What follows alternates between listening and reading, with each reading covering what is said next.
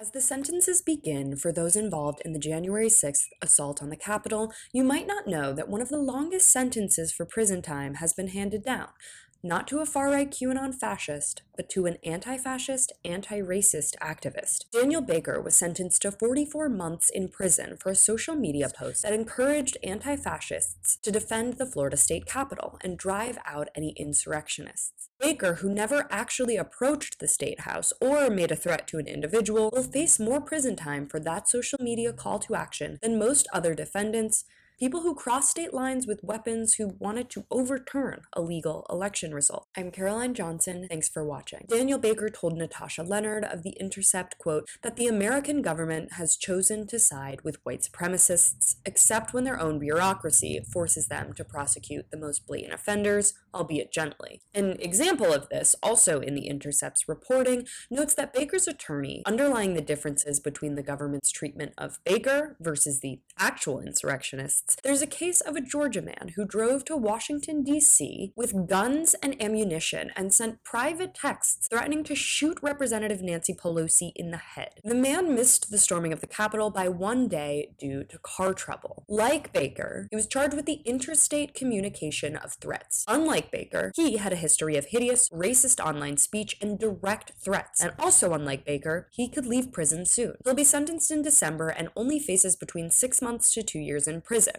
And as a reminder, Baker will serve 44. So who is Daniel Baker? It should be noted that threats, even on social media, should absolutely be taken seriously. But when we dig in a bit deeper to the personage behind the persona, we can get a clearer picture of whether Baker did actually pose a threat or if his intentions were in fact defensive. Baker is an EMT trainee, and according to organizers in his circles in Florida, he frequents protests where he serves as a street medic. He also provides food and medical supplies to the unhoused community in his neighborhood, as he himself is formerly unhoused. He told Leonard that, quote, "My heart is about helping people who are homeless. I know how bad it can be." This case is a reminder of what happens when the federal government calls for a unilateral approach to ending domestic terrorism. It leads to leftist activists being targeted and imprisoned, oftentimes instead of the far right. Black and brown communities have known and experienced this firsthand for decades. As the government pumps money into the DOJ, FBI, and then that trickles down into local police departments, the people most affected by these policies are the most marginalized, not the $90,000 truck-owning right-wingers who, as we all saw, were the actual perpetrators of violence. Leonard writes that, quote, "The far right has, for 2 decades, been responsible for the vast majority of deadly extremist attacks, while both Republicans and Democrats